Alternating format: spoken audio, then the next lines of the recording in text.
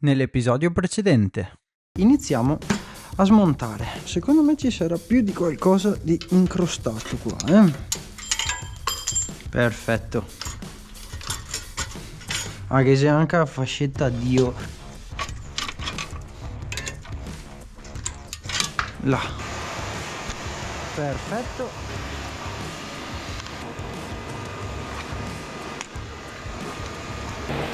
E poi il freno. Spiegami chi sei che ha inventato sto sistema. Grazie Gesù, grazie Gesù. No, ti prego, no, ce n'era un altro.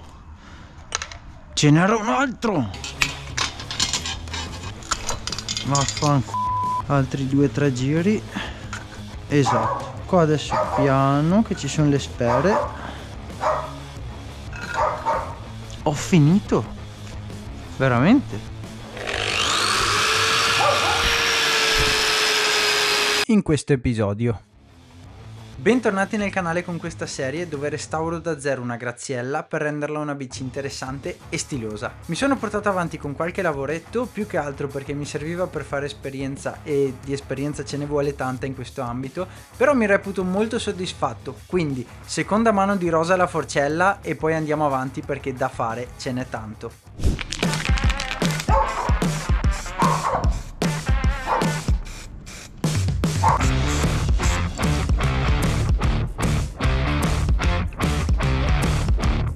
Con la forcella abbiamo praticamente finito, abbiamo dato anche la seconda mano di rosa, adesso non resta che aspettare un attimino che si asciughi, togliere delicatamente la carta e poi dare il trasparente, così siamo a posto. Passando ora al telaio, vi avevo accennato nell'episodio precedente che volevo farci saldare un tubo di rinforzo tra serie sterzo e tubo verticale, appunto quello dove si infila l'ascella banalmente. È stato fatto, ma è stato utilizzato un tubo verniciato, quindi bisogna procedere. E come avete sentito, effettivamente il telaio è stato saldato, ma è stato utilizzato un tubo che era già verniciato, quindi adesso con questo prodottino qua andiamo a un po' indebolire la vernice, lo sverniciamo in modo tale da portare ferro, color ferro, e poi ricominciamo fondo, vernice e poi trasparente. La sicurezza non è mai troppa, quindi occhialino, agitiamo un attimo e si va.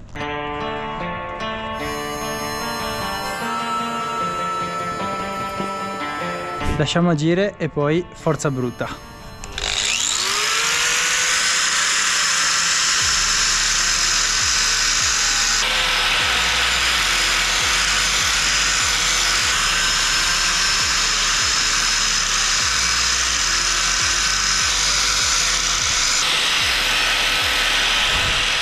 E con questo abbiamo definitivamente terminato la sverniciatura del telaio. Adesso bisogna sgrassarlo, quindi un pochino di alcol, un panno proprio per pulire il telaio, perché comunque lo sverniciatore è abbastanza grasso, e poi gli diamo il fondo. Nel frattempo andiamo a controllare anche com'è la forcella.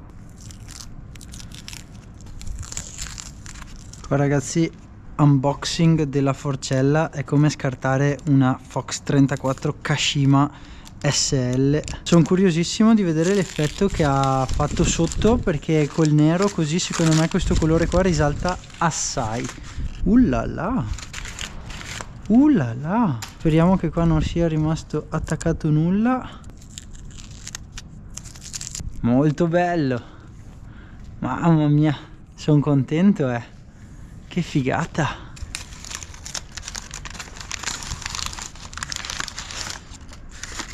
Che bella! Sono tanto contento! Super soddisfatto di come è uscita la forcella ragazzi, davvero bellissima secondo me. Adesso sgrassatina al telaio per togliere le impurità e poi via di fondo.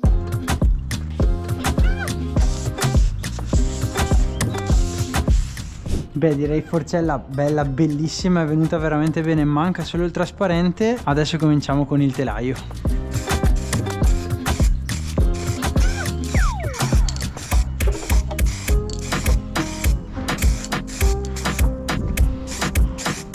Diciamo che a livello estetico, ok, ci sta, non è perfetto perché in questa zona qui si sta un po' sta un po' scendendo. Purtroppo questo fondo qua non mi piace più di tanto, ho già avuto esperienze con delle bombolette e forse questo è il peggior fondo che io abbia mai utilizzato, perché pur sgrassando bene, pur tenendo la superficie pulita, purtroppo ti fa questo effetto qua che alla fine cola, è tanto liquido. Diciamo male ma non malissimo, nel senso che poi prima di dargli il colore gli do una leggera carteggiata con la carta fina in modo da spianare un po' le imperfezioni, e poi col nero e il trasparente comunque non si vedono queste cose qua, però sono abbastanza pignolo.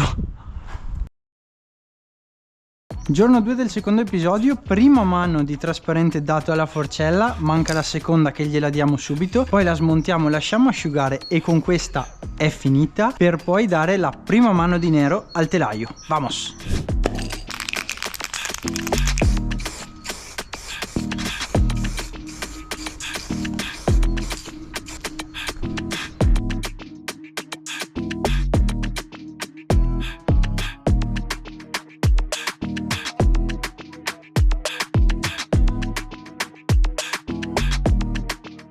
Forcella terminata, quella non la tocchiamo più, adesso è il momento del telaio e della prima mano di nero. Tra l'altro, per voi poco fa, per me ieri, avete visto queste imperfezioni, ho cercato di tirarle su un po' con la carta vetrata e sono venute abbastanza lisce, quindi a livello visivo sì, ci sono, si vedono, ma al tatto no, il fondo è presente, quindi teoricamente dovrebbe essere a posto una volta che gli diamo sopra la vernice.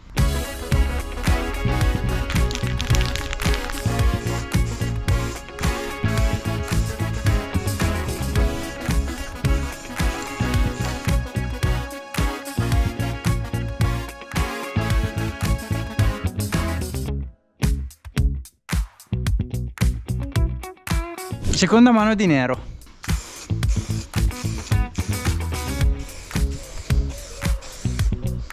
Arriva ora il momento più atteso, quello di mettere gli adesivi e concludere il telaio. Bisogna stare molto attenti in questa fase perché gli adesivi sono appunto usa e getta, nel senso una volta applicati fai veramente fatica a toglierli, e in più non avendoci dato già il trasparente si rischia anche che togliendoli ti venga via anche la vernice, essendo comunque un po' delicata, sono comunque vernici a bomboletta. Bisogna stare un attimo attenti. Andiamo.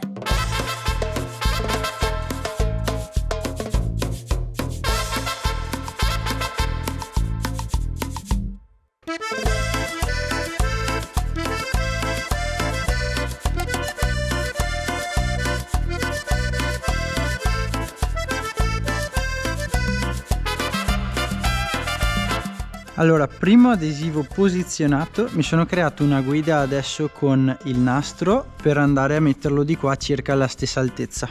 Per il momento molto figo.